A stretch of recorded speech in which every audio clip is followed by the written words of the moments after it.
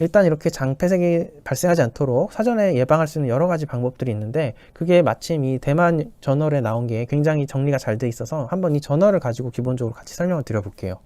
보시면 커피도 효과가 있다고 합니다. 먼저 수술 후에 이렇게 커피를 하루에 3잔 정도 마시게 했더니 가스 배출도 확실히 빨라지고 변비도 빠르게 개선되고 식사할 수 있는 기간도 짧아지고 퇴원도 빨리 이루어졌다, 이렇게 이제 얘기가 나와 있는데요.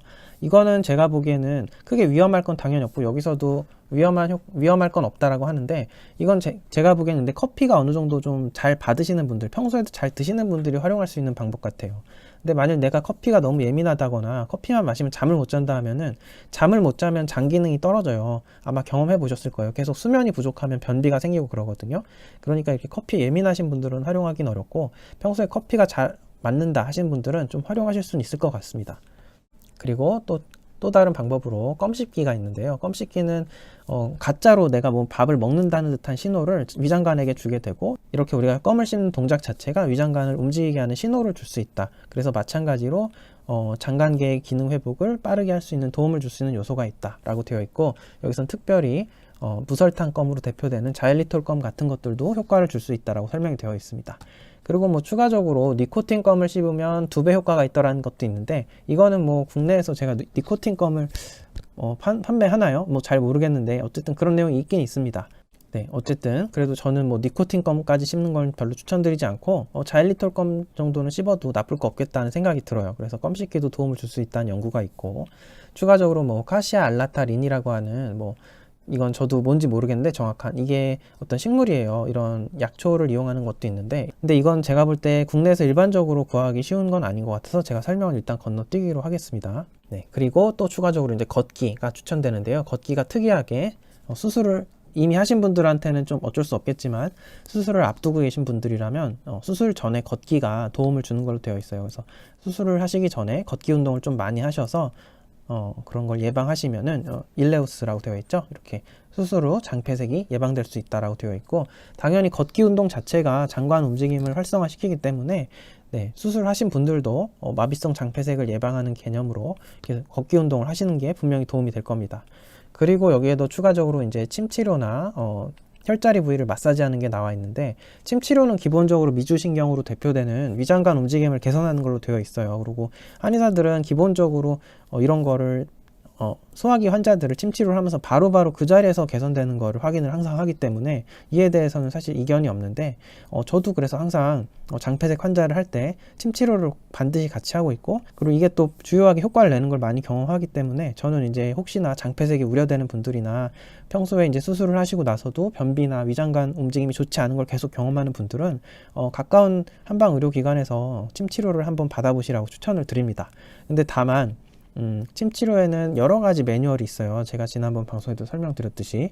그래서 혹시나 복부에 직접적인 침 치료를 하는 거는 저는 추천드리지 않고요. 가급적이면 팔, 다리에 간접적으로 치료를 해서 복부 움직임을 개선하는, 위장관 움직임을 개선하는 그런 방식으로 접근하는 치료를 하시는 게 좀 더 안전하겠다는 생각을 가지고 있고, 저도 그렇게 하고 있습니다. 그래서 가급적이면 그런 방식으로 치료를 하는 것을 찾아보시면 좋고, 뭐 상암침이라던가 뭐 팔체질침이라던가 뭐 이런 식으로 표방한 곳들이 주로 이제 팔다리에 침을 놓는 곳들이에요. 아무튼 전 복부에 직접 침을 놓는 거에 대해서는 조금 반대하는 입장을 가지고 있습니다. 그리고요.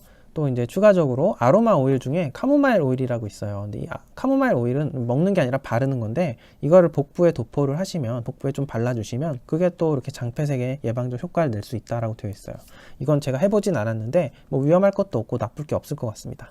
그리고 이제 마지막으로 대건중탕이라고 하는 게 굉장히 연구가 많이 되어 있는 한방 제제예요. 한약 처방인데 여기 들어가는 약재도 결국 인삼, 생강 말린 건강, 그리고 추어탕에 들어가는 산초, 그리고 물엿이라고 할 수 있는 교이, 이런 거거든요. 굉장히 안전한 걸로 구성되어 있는데, 이 처방이 굉장히 광범위하게 일본에서 쓰이고 있어요. 일본은 의사 선생님들이 주로 한방 처방을 하시기 때문에 다양한 질환에 활용이 되는데, 일본에서 굉장히 특히나 많이 쓰여서 연구가 많이 된 그런 처방이고, 이게 굉장히 수술 후 장폐색을 크게 예방하거나 좀 치료하는 데 도움을 줄 수 있는 요소가 있습니다.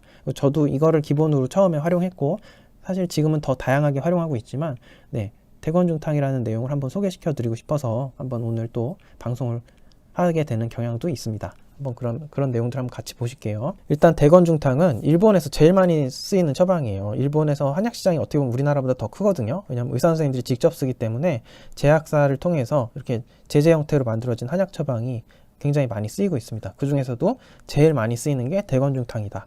그리고 주로 쓰이는 게 수술을 한 다음에 이런 장폐색을 예방하는 목적으로 수술 후에 루틴하게 처방이 되고 있다 하는 거고요.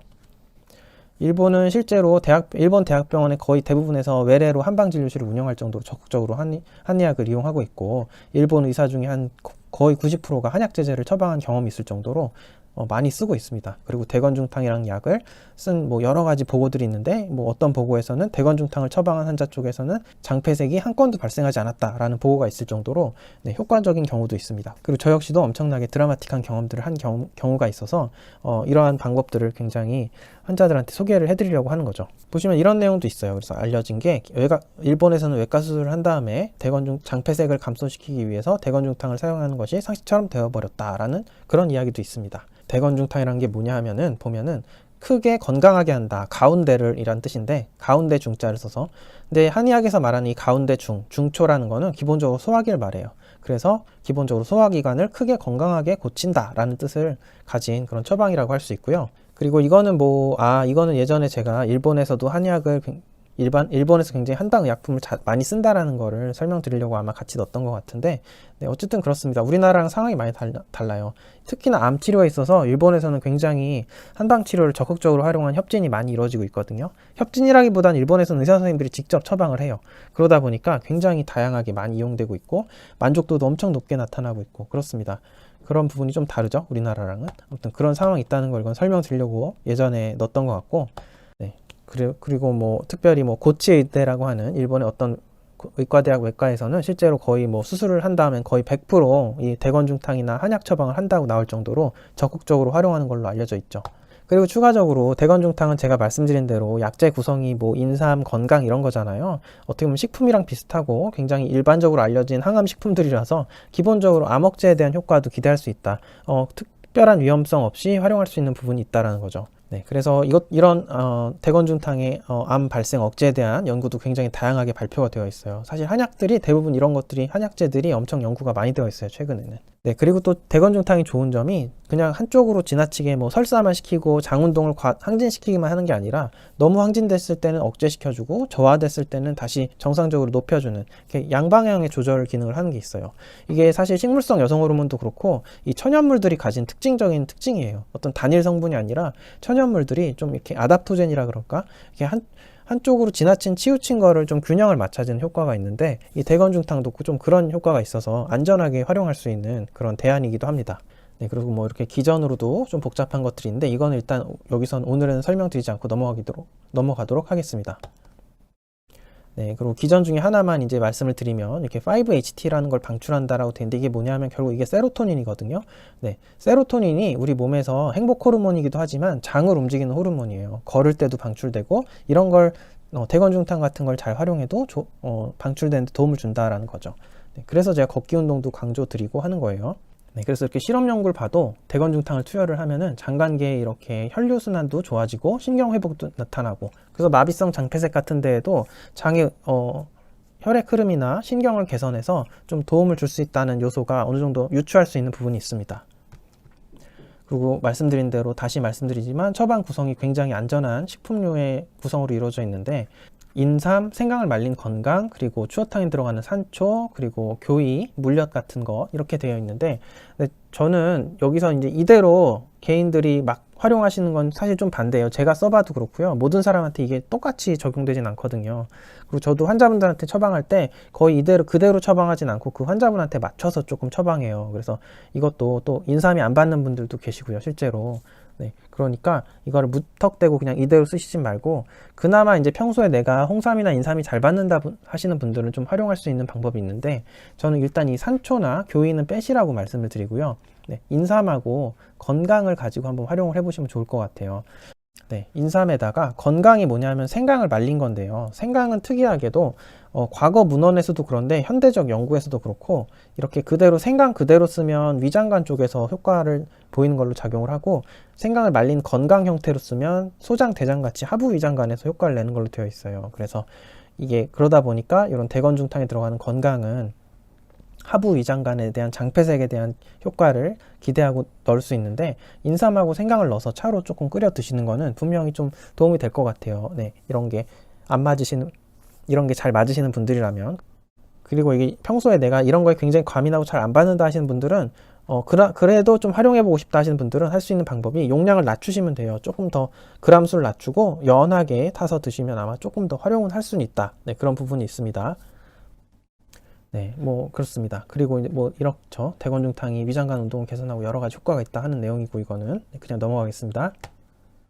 네, 그래서 이런 내용들이 약업신문에도 소개가 된 적이 있더라고요, 옛날에. 근데 여기서 이제 좀 제가 추가적으로 말씀드리고 싶은 거는 부작용에 대한 내용인데, 부작용은 사실 앞서 본 재료를 보셔도 아시겠지만 그냥 뭐 식품 수준이기 때문에 높지 않아요. 한 10만 건당 한 건 정도 보고가 된 게 있는데, 일반적인 약품의 뭐 500분의 1에서 10분의 1 수준으로 굉장히 낮은 수준의 보고가 있습니다. 네, 과거 10년간 14건 정도 보고가 있었다라고 하네요. 간기능 장애로. 이건 아마 제가 보기엔 저 약제 단독으로 낸 게 아니라 아마 양약이랑 병용 투여하시는 분들이 상호작용에 의한 간독성이었을 걸로 생각돼요. 사실 대부분의 경우 한약재를 드실 때 조심해야 될 거는 이런 상호작용인데, 특히나 여기서 이제 알려주고 있는 좋은 상호작용, 부작용 사례가 알파 글루콕시다제 저하제라고 하는 아카르보스, 이런 거는 이제 당뇨약이에요. 당뇨약 중에 이런 걸 드시는 분들은 조심하셔야 되고, 이럴 경우는 오히려 장관 운동을 억제해서 오히려 장폐색 증상을 악화시킬 수 있다라고 되어 있어요. 그래서 이런 거 드시는 분들은 좀 조심하시면 될 것 같습니다.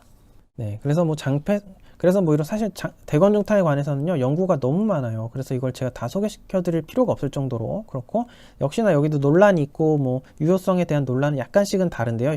연구 실험 설계마다 다른데, 이거는 제가 그래서 지난번에 앞으로 이런 방송을 하기 전에 사전 작업으로 한 것 같은 그 의학 연구의 문제, 메타 분석 연구라던가 뭐 한의학이나 식품과 같은 연구를 했을 때 생길 수 있는 문제에 대해서 설명드린 영상이 있는데, 그런 연구의 특징을 결국 보여주고 있는 거죠. 그렇다 보니까 어떤 데서는 이제 효과적으로 나오고 어떤 데서는 효과적이지 않게 나오고 그러는데, 제 경험도 그렇고요.